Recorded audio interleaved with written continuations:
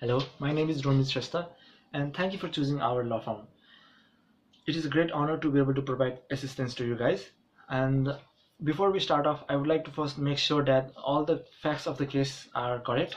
So, you guys want to open a small bakery. You are both in your 50s, you have two sons, and you want to be able to help the youths in your region who are unemployed by giving them training programs, giving them trainings. So, it is a noble cause, I would like to say that. So, starting off, let's start off with the food industry before we tell you what kind of business structure best suits for your type of needs. The food industry is a variety of things. I mean to say that there is a variety of mixtures in the food industry. It has from sole trader, proprietorship, sole trader to partnership to company structures, joint ventures. There's a lot of variety in them. And specifically talking about bakeries, there are over 4,400 bakeries that are currently registered in the Australian Securities and Investment Commission. So there is going to be a lot of competition. And within these companies, within these bakeries, most of the bakeries start off either as a sole trader or as a partnership, and they gradually go towards becoming a company, which we think is also suitable in our case as well. So talking about the three main business structures that are currently available, let's talk about sole traders first. Sole trader is a very simple kind of business structure in which one person controls the entire company. He is fully liable for the company, which means that all the profits and losses is going to be incurred by him. So it is going to be a lot risky and a lot more profitable to either go in the sole trader business structure. Secondly, let's talk about partnership. Partnership is a lot similar like sole trader, but only there will be not a single person. There will be a group of partners, which is also a limited number, that are going to be working together in a common interest of making profit, and they all have a duty of care towards their company. And thirdly, there is the company. Company is a high maintenance and uh, high maintenance structure, which is going to take a lot of time to start up, set up, and it's going to incur a lot of costs. But it will also be a lot of benefits in the company because there's going to be a lot of moving parts and a lot of factors that are going to be held together. So a lot of people will be working as a company. There will be a board of directors who's going to be making decisions. In terms of decision making, the fastest will be the sole trader because one person is going to be deciding everything. So every time he makes a decision, that's going to be passed on to the company instantaneously.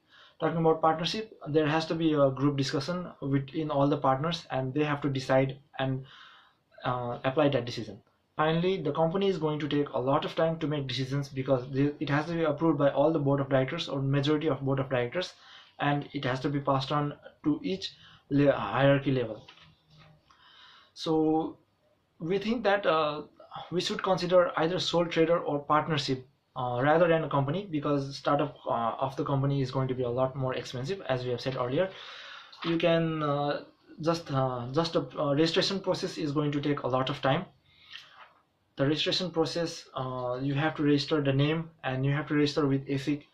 uh, it's going to cost of around 500 to 600 Australian dollars. Along with that, you have to have a constitution of the company that has to be written, and a legal advisor has to be appointed to do that, and that is going to also cost a lot of money.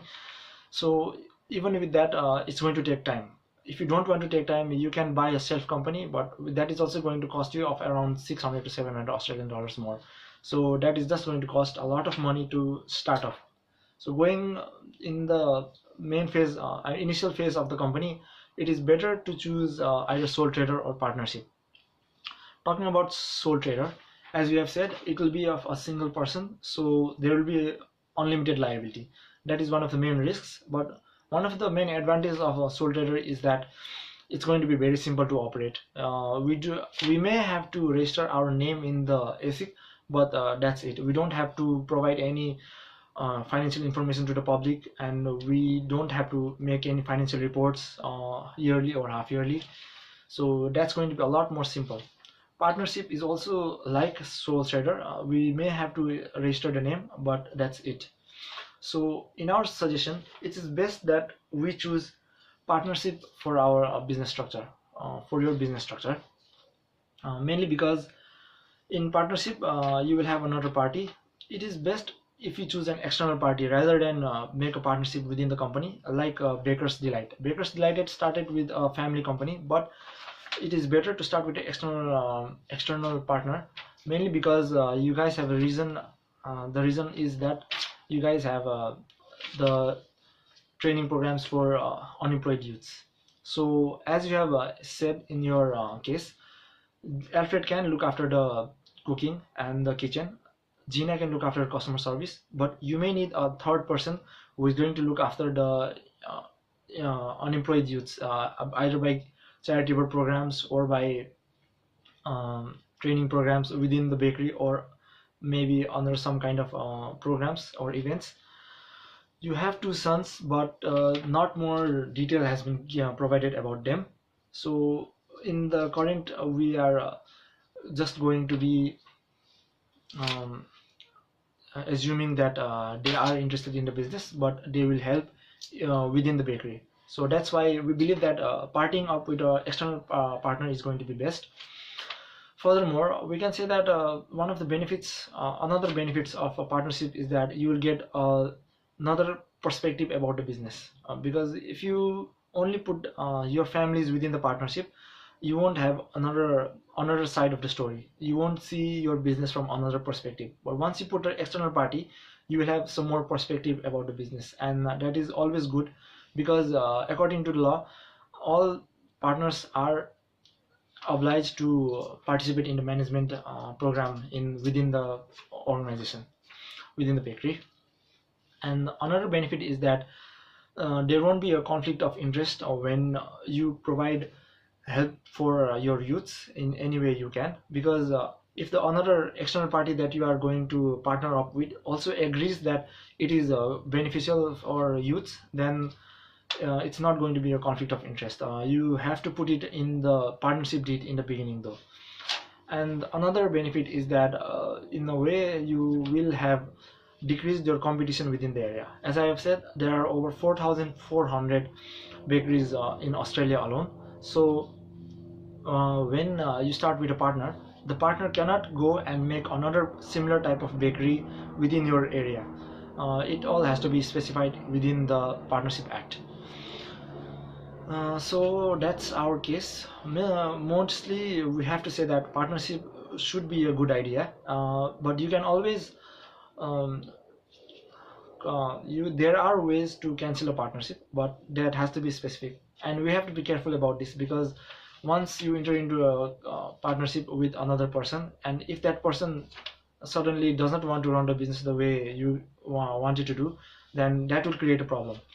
So in our opinion, it is best that you should have a fixed term partnership to see how the business goes. That will help you divide the profit and loss, and you will also be able to raise more capital than you could have in sole trader.